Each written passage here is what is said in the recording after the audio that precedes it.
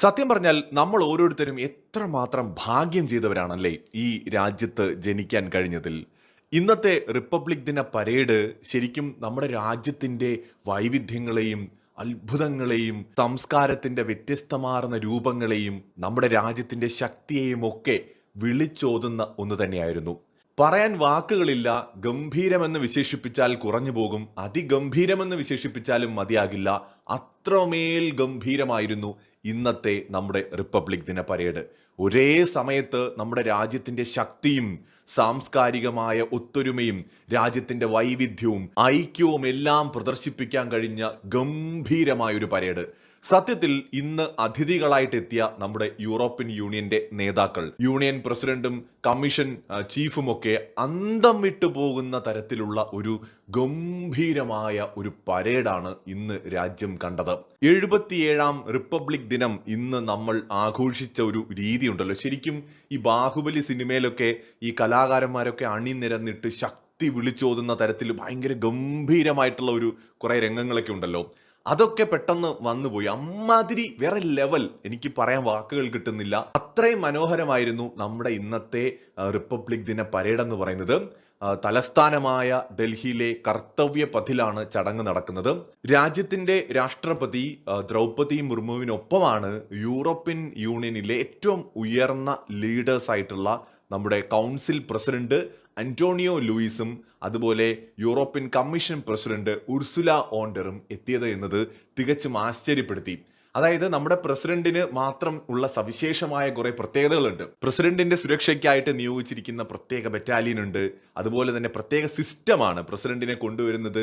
വളരെ പ്രൗഢിയോടെയാണ്, അതും രഥത്തിൽ, കുതിരകൾ കെട്ടിയ രഥത്തിൽ മനോഹരമായിട്ടൊരു രാജകീയ പ്രൗഢിയിലാണ് നമ്മുടെ പ്രസിഡന്റ് വരുന്നത്. ആ പ്രസിഡന്റിനെ ഒപ്പം ആ രഥത്തിൽ ഇരുന്നു കൊണ്ടാണ് European council president Antonio Luis സാന്റോസും അതുപോലെ European commission president Ursula von der ലെയ്നും സഞ്ചരിച്ച് ഈ നമ്മുടെ റിപ്പബ്ലിക് ദിന പരേഡിലെ ചടങ്ങുകൾക്ക് സാക്ഷ്യം വഹിക്കാനായിട്ട് എത്തിയത്. അത് വളരെ കൗതുകം നിറഞ്ഞൊരു കാഴ്ച തന്നെയായിരുന്നു.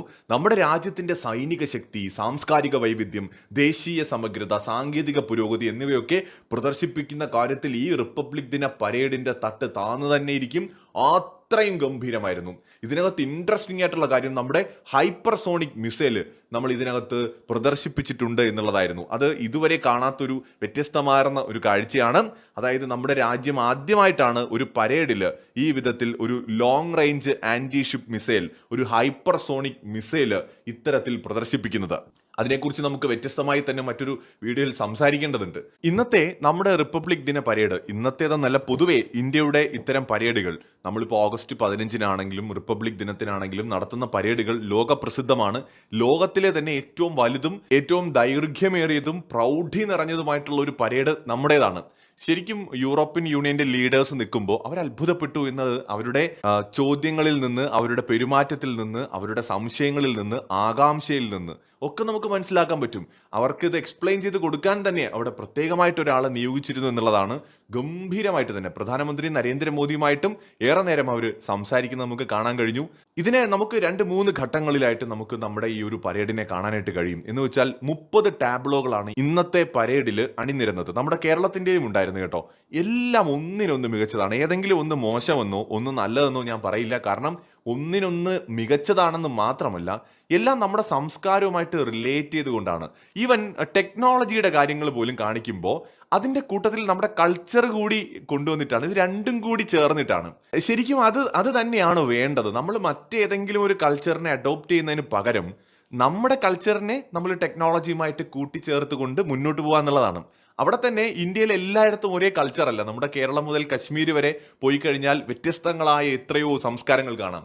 നമ്മുടെ കേരളത്തിൽ തന്നെ മലയാള ഭാഷ തന്നെ തിരുവനന്തപുരം മുതൽ കാസർഗോഡ് വരെ ഓരോ ജില്ലകളിലും നോക്കിക്കഴിഞ്ഞാൽ വ്യത്യസ്തമായ രീതിയിലാണ് സംസാരിക്കുന്നത്. വസ്ത്രധാരണത്തിലും ഭക്ഷണ രീതിയിലും എന്ന് വേണ്ട സകലത്തിലും നമുക്ക് ഈ ഒരു വൈവിധ്യം അനുഭവിക്കാൻ കഴിയും. വ്യത്യസ്തതയാണ് നമ്മുടെ പ്രത്യേകത എന്ന് പറയുന്നത്. ആ വ്യത്യസ്തതകൾക്കിടയിൽ നിന്ന് രൂപപ്പെടുന്ന ഐക്യം എന്ന് പറയുന്നത് അത് പറഞ്ഞറിയിക്കാൻ പറ്റാത്ത ഒന്നാണ്. കേരളത്തിന്റെ കാര്യം പറഞ്ഞാൽ നമ്മൾ ഡിജിറ്റൽ സാക്ഷരതാ നേട്ടവും കൊച്ചി വാട്ടർ മെട്രോയും പ്രമേയമാക്കിക്കൊണ്ടുള്ള ഒരു നിശ്ചല ദൃശ്യമാണ് അവതരിപ്പിച്ചത്. ഇന്ത്യൻ സൈന്യം ആദ്യമായിട്ടാണ് പരേഡിൽ ബാറ്റിൽ അറേ ഫോർമേഷൻ പ്രദർശിപ്പിച്ചത്. അതും ഈ ഒരു പരേഡിന്റെ പ്രത്യേകതയായിരുന്നു. സൈനിക പ്രദർശനത്തിൽ സൈനികരുടെ പരേഡ് ആധുനിക ആയുധ സംവിധാനങ്ങൾ, ഡ്രോണുകൾ, ടാങ്കുകൾ, മിസൈൽ പ്ലാറ്റ്ഫോമുകൾ ഉൾപ്പെടെയുള്ളവയാണ് പ്രദർശിപ്പിച്ചത്. നമ്മുടെ ആകാശ് മിസൈലുകൾ, ബ്രഹ്മോസ് മിസൈലുകൾ, ഹൈപ്പർസോണിക് മിസൈലുകൾ, അത്യാധുനികമായിട്ടുള്ള വിവിധ തരത്തിലുള്ള ഡ്രോണുകൾ, അങ്ങനെ എണ്ണിയാലൊടുങ്ങാത്തത്ര ആയുധങ്ങളുടെ പ്രദർശനം നടന്നു. അതോടൊപ്പം തന്നെ നമ്മുടെ ഓപ്പറേഷൻ സിന്ദൂറിന്റെ വിജയവുമായി ബന്ധപ്പെട്ട് അതിനകത്ത് S-400 വരെ നമ്മൾ പ്രദർശിപ്പിച്ചു. ഇപ്പൊ യൂറോപ്പിന്റെ ലീഡേഴ്സാണ് വന്നത്. റഷ്യയും യൂറോപ്പും തമ്മിൽ യുദ്ധം നടക്കുകയാണ് യുക്രൈന്റെ പേരിൽ. പക്ഷേ നമ്മുടെ രാജ്യത്തിന്റെ താല്പര്യങ്ങൾക്ക് ഇതൊന്നും ഒരു തടസ്സമല്ല. ഇന്ത്യ കൃത്യമായിട്ട് S-400 തന്നെ അതിനകത്ത് കാണിച്ചിട്ടുണ്ട് ഓപ്പറേഷൻ സിന്ദൂറിന്റെ ഭാഗമായിട്ട്. ബ്രിട്ടീഷുകാർ ഇന്ത്യക്കാരോട് ചെയ്ത ക്രൂരതകൾ ടാബ്ലോകളിൽ കാണിക്കാൻ ഒരു മടിയും കാണിച്ചിട്ടില്ല. ഇന്ത്യയുടെ നിലപാടുകളിൽ ഉറച്ചു നിൽക്കുന്നു എന്നുള്ളത് പറഞ്ഞറിയിക്കാൻ പറ്റാത്തൊരു സന്തോഷം നൽകുന്ന കാര്യമാണ്.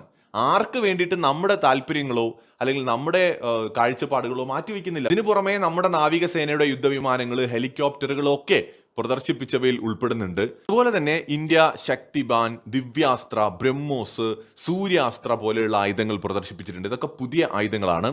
അതുപോലെ തന്നെ ആളില്ലാ വാഹനങ്ങളായിട്ടുള്ള നിഗ്രഹ, ഭൈരവ്, ഭുവിരക്ഷ, അതുപോലെ കൃഷ്ണ എന്നിങ്ങനെയുള്ള അത്യാധുനിക റോബോട്ടിക് വാഹനങ്ങൾ പ്രദർശിപ്പിക്കുകയുണ്ടായി.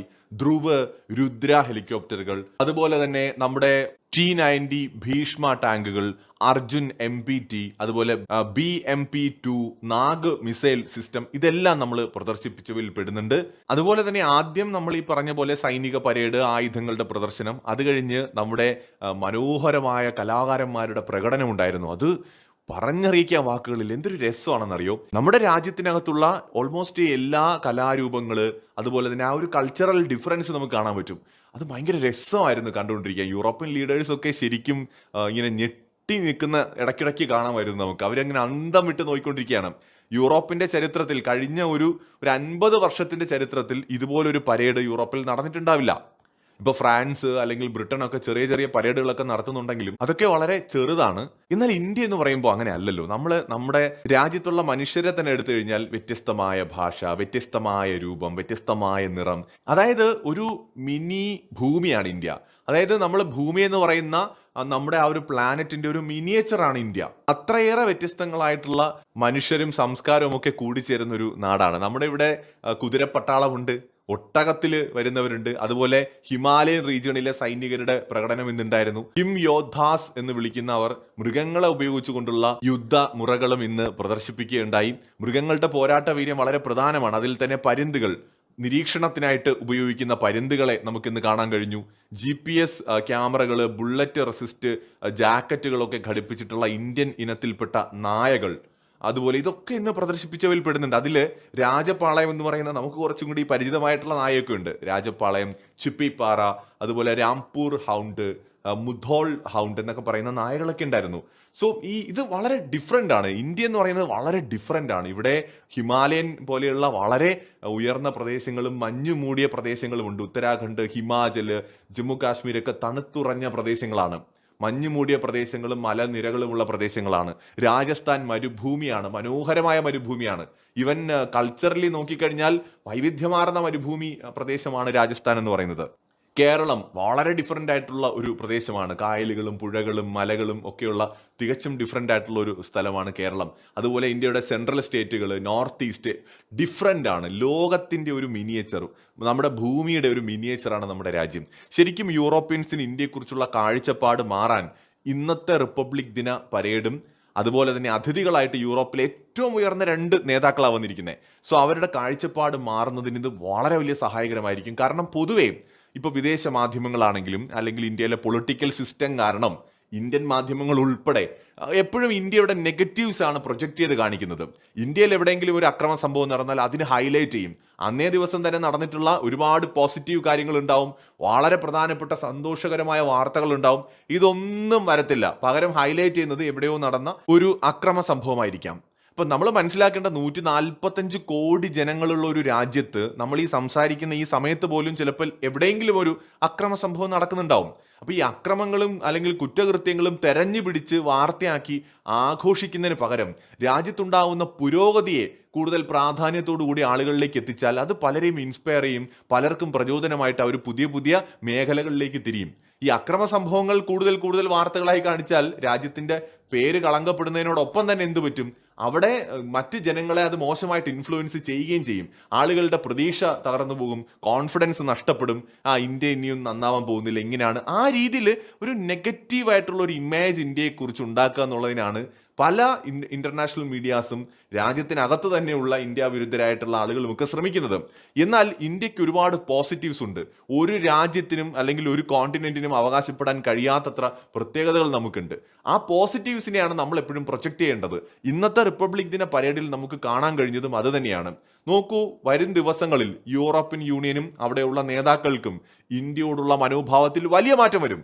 ഓൾറെഡി അവർക്ക് ഇന്ത്യയെക്കുറിച്ചുള്ള അവരുടെ കാഴ്ചപ്പാടിൽ മാറ്റം വന്നിട്ടുണ്ട്. ഇന്ത്യ ഒരു മേജർ ഗ്ലോബൽ പവർ ആണെന്ന് അവർക്ക് മനസ്സിലായിട്ടുണ്ട്. ഇന്ന് അത് ഒരിക്കൽ കൂടി നമുക്ക് തെളിയിക്കാൻ കഴിഞ്ഞു. നമ്മൾ ഹൈപ്പർസോണിക് മിസൈൽ അടക്കം പ്രദർശിപ്പിച്ചുകൊണ്ട് ഒരേ സമയം നമ്മുടെ സൈനിക ശക്തി മാത്രമല്ല കാണിച്ചിരിക്കുന്നത്, നമ്മുടെ വനിതകളുടെ, സ്ത്രീകളുടെ, കുട്ടികളുടെ, യുവതികളുടെ ഒക്കെ ധൈര്യത്തെ നമ്മൾ കാണിച്ചു. ഗംഭീരമായിട്ടുള്ള ആ ഒരു റൈഡുകളിലൂടെ, ഫോർമേഷനിലൂടെ അടിപൊളിയായിട്ട് നമ്മളെ കോൺഫിഡൻസ്, യുവതികളുടെ കോൺഫിഡൻസ്, നമ്മുടെ സൈനികരുടെ കോൺഫിഡൻസ് ഒക്കെ നമ്മൾ കാണിച്ചു. കലാരൂപങ്ങൾ കാണിച്ചു, അതുപോലെ നമ്മുടെ കൾച്ചറിനെ പ്രദർശിപ്പിച്ചു. അങ്ങനെ നമ്മൾ ശരിക്കും ഡിഫറെന്റ് ആയിട്ടുള്ള ഒരു രാജ്യമാണ്. നമ്മൾ ചൈനയെ പോലെയോ അമേരിക്കയെ പോലെയോ യൂറോപ്പിനെ പോലെയോ അല്ല, നമ്മൾ ഡിഫറെന്റ് ആണ് എന്ന് നമുക്ക് കാണിച്ചു കൊടുക്കാൻ ഇന്ന് പറ്റിയെന്നാണ് എനിക്ക് തോന്നുന്നത്. എന്തായാലും റിപ്പബ്ലിക് ദിന പരേഡിനെ കുറിച്ചുള്ള പ്രേക്ഷകരുടെ വിലയേറിയ അഭിപ്രായങ്ങൾ കമന്റ് ചെയ്യൂ.